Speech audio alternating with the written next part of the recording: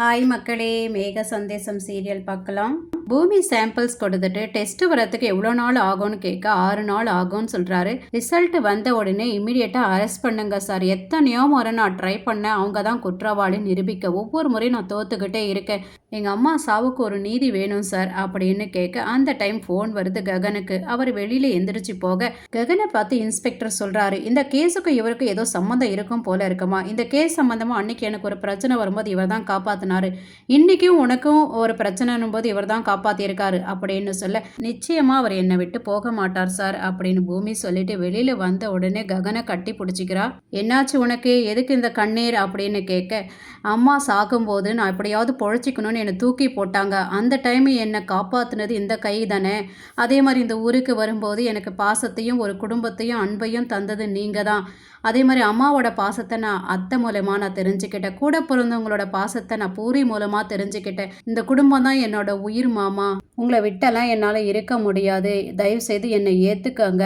உங்கள் காலடியில் நான் ஒரு தாசி மாதிரி விழுந்து கிடக்கிறேன். உங்களுக்கு ஒரு நிழலாக இருந்து என் வாழ்க்கையை நான் கழிச்சுக்கிறேன் ப்ளீஸ் அப்படின்னு காலில் விழுந்து கெஞ்சுறா. எந்திரி எந்திரி அப்படின்னு தேத்துறாரு. அபூர்வா வச்ச ஒரு ஸ்பை மூலியமா போலீஸ்காரர் ஃபோன் பண்ணி இந்த மாதிரி சாம்பிள்ஸ் எடுத்துகிட்டு வந்து பூமியும் அவங்க வீட்டுக்காரும் கொடுத்தாங்க அப்படின்னு நியூஸ் கேள்விப்பட்ட உடனே பூமிக்கு ஃபோன் பண்ணும்போது பூமி வரா. என்ன சித்தி எனக்கு ஃபோன் பண்ணுற, என்னை தேடிட்டு இருக்கியா, என்னை பார்க்கணும் போல இருக்கா அப்படின்னு கேட்க, அடச்சி ஏதோ சாம்பிள்ஸ் கொடுத்தியாமே, ஆமாம் எதுடி உண்மை அப்படின்னு கேட்க, ஓ அதுக்குள்ளே நியூஸ் வந்துடுச்சா, நீ பெரிய ஆளு தான் சித்தி அப்படின்னு எல்லாத்தையும் சொல்கிறா. எதுக்கும் நீ ரெடியாக சித்தி, ஏன்னா ராஜமந்திரியில் ஜெயிலெல்லாம் பெருசாக இருக்குதான். அப்பப்போ ஸ்வீட்ஸ் எல்லாம் அங்கே கொடுப்பாங்களாம். நீ அங்கே ஸ்வீட் சாப்பிட்டு என்ஜாய் பண்ணு அப்படின்னு சொல்லிட்டு போகிறா. பூமி பூரியை பார்த்து பேச வரா. பூரி எந்திரிச்சு போக, நான் உங்ககிட்ட பேசணும், அதுவும் உங்கள் அண்ணனை பற்றி பேசணும் அப்படின்னு சொல்ல, என் அண்ணனை பேச தகுதி உனக்கு இல்லை அப்படின்னு பூரி சொல்ல, தகுதி வேணால் இல்லாமல் இருக்கலாம், ஆனால் பாசம் இருக்கே, காதல் இருக்கே, அதனால் பேசி தான் ஆகணும், நீ கேட்டு தான் ஆகணும்னு சொல்கிறா. உங்கள் அண்ணன் ரொம்ப கஷ்டப்படுறாரு. ஆமாம் உன்னால் தான் கஷ்டப்படுவார் அப்படின்னு பூரி சொல்ல, என்னால் இல்லை உன்னால் தான் கஷ்டப்படுறாரு. அவர் மனசில் இருக்கிற சந்தோஷம் அத்தனையும் அடக்கிக்கிட்டு உன் முகத்தில் சிரிப்பை பார்க்கணுன்றதுக்காக அவர் கஷ்டப்பட்டுட்ருக்காரு. தியாகம் பண்ணுறவங்களோட மனசு ஒன்று மட்டும் தெரிஞ்சுக்கோ, தியாகம் பண்ணுறவங்க வெளியில் பார்க்க கம்பீரமாக இருந்தாலும் உள்ள ரொம்ப வீக்காக இருப்பாங்க. அந்த மாதிரி தான் உங்கள் அண்ணன் இருக்காரு. பூரியும் ஏட்டிக்கு போட்டியாக பேசுகிறா. இங்கே பாரு பூரி, உன் மேலே உயிரியே வச்சிருக்கிற உன் அண்ணனோட லைஃப்பும் அடங்கி இருக்கு, அதை பார்த்து பண்ணுன்னு தான் நான் சொல்ல வரேன். ஒரு தங்கச்சியாக உனக்கும் அந்த ரெஸ்பான்சிபிலிட்டி இருக்கு. நம்ம சந்தோஷத்துக்காக மட்டும் நம்ம காதலிக்கிறதில்ல, நாம் காதலிச்சவங்க எதுலையுமே தோத்து போக கூடாதுன்னு நம்ம எப்பவுமே அவங்களுக்கு துணையாக இருக்கணும், அதுதான் காதல் அப்படின்றா. பூமி இப்படி பேசிட்டு போக பூரி அமைதியாக நிற்கிறா. அபூர்வா தாராக்கு ஃபோன் பண்ணி, இப்போ ககன் பூமி பின்னாடி தான் சுற்றிட்டு இருக்கான், நீ என்னவோ ககன் வேணும் வேணும் அப்படின்னு கத்தின்னு இருக்கியே தவிர எதுவுமே உருப்படியாக நீ செஞ்சதில்லை அப்படின்னு சொல்ல, ரொம்ப டென்ஷனான தாரா, நான் ஏதாவது ஒன்று செய்யணும் அப்படின்னா அப்போ நான் சொல்கிற மாதிரி செய், நாளை காலையிலே முகூர்த்தம் வை அப்படின்றாங்க.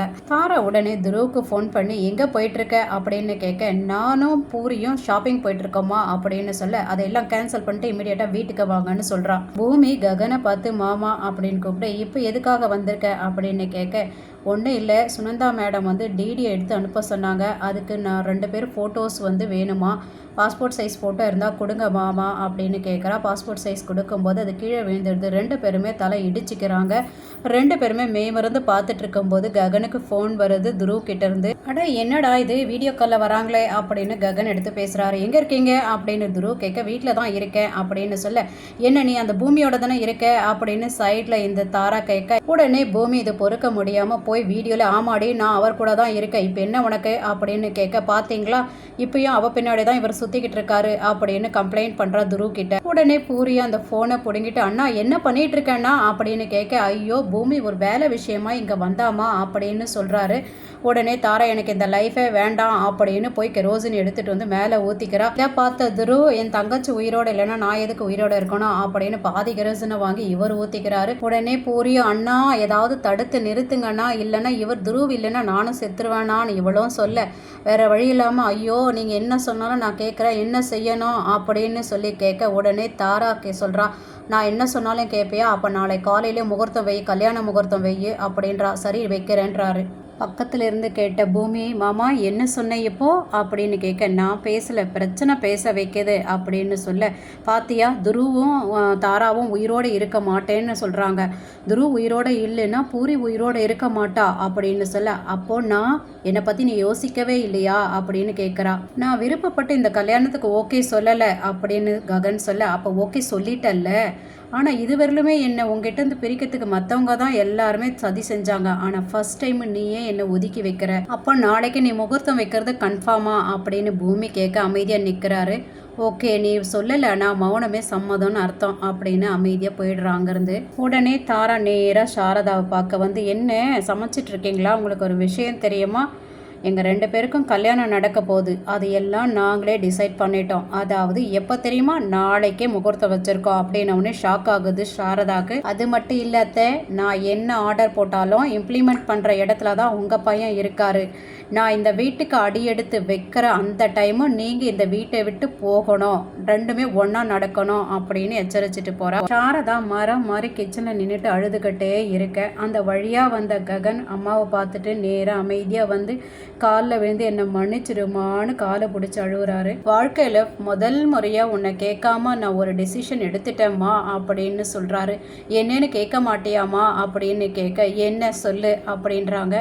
நாளைக்கு முகூர்த்தம் வச்சிருக்கம்மா, அந்த வழியா வந்த பூரி இதை நோட் பண்றா, எனக்கு வேற வழி தெரியலம்மா, அந்த தாரா கெரோசின் ஊத்திக்கிட்டாமா, உடனே துருவம் ஊத்திக்கிட்டாருமா, எனக்கு ஒரு நிமிஷம் நான் ஆடி போயிட்டேன், என் கண்ணு முன்னாடி பூரியோட லைஃப் தான் தெரிஞ்சதுமா, என்னை பயமுறுத்திட்டாங்கம்மா, எனக்கு என்ன பண்றதுனே தெரியலம்மா அப்படின்னு சொல்ல, என்னடா நடக்குது, உனக்கே விருப்பம் இல்லாத ஒரு கல்யாணத்தை நீ பண்ணிக்கிட்டேன்னா இப்படி பயமுறுத்தி கல்யாணம் பண்ணிக்கிட்டாலனா நாளைக்கு வாழ்க்கை ஃபுல்லா பயமுறுத்திக்கிட்டே இருப்பாடா, நம்மளை நேசிக்கிறவங்க நம்மளை அழ வைக்க மாட்டாங்கடா, நம்மளை நேசிக்கிறவங்க நம்ம உணர்ச்சிகளுக்கு மதிப்பு கொடுப்பாங்கடா, அவங்க தாண்டா நம்ம வாழ்க்கையில் இருக்கணும், பயத்தில் ஆரம்பிக்கிற வாழ்க்கை எப்போவுமே நிம்மதியாக இருக்காதுடா அப்படின்னு சொல்கிறாங்க சாரதா. அந்த தாரா மட்டும் மிரட்டி இருந்தால் நான் கண்டுந்திருக்கவே மாட்டேம்மா, ஆனால் துருவம் இப்படி பண்ணதுனால என் முன்னாடி வந்து பூரியோட லைஃப் தான் தெரிஞ்சுதுமா அப்படின்னு சொல்கிறாரு. இந்த விஷயம் பூமிக்கு தெரியுமா அப்படின்னு சாரதா கேட்க, தெரியுமான்றாரு. என்ன சொன்னா அதுக்கு அப்படின்னு உடனே அமைதியாக போயிடுறாரு, எதுவும் பதில் பேசாமல். கேபியும் செர்ரியும் பூமி அழுதுகிட்டு இருந்த பார்த்து என்னமான்னு கேட்க எல்லா விஷயத்தையும் சொல்றா.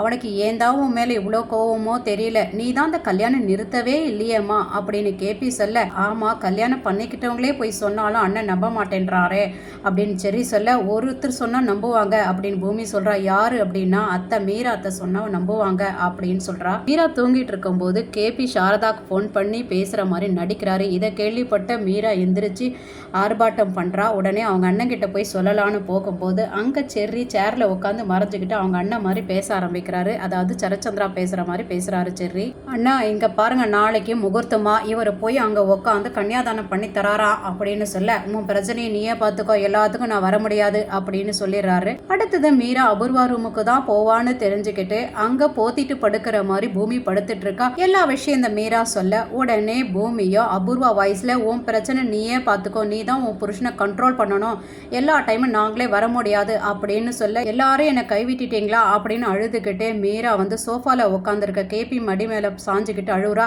என்னமா சொன்னாங்க அப்படின்னு கேபி கேட்க, எல்லாரும் உனக்கு தான் சப்போர்ட் பண்றாங்க, அப்ப நாளைக்கு நல்லா போயிட்டு வரட்டுமா கல்யாணத்துக்கு அப்படின்னு கேட்க, முடியாது அப்படின்றா. இதோட இந்த எபிசோடு முடிச்சிருக்காங்க. தேங்க்யூ ஃபார் வாட்சிங்.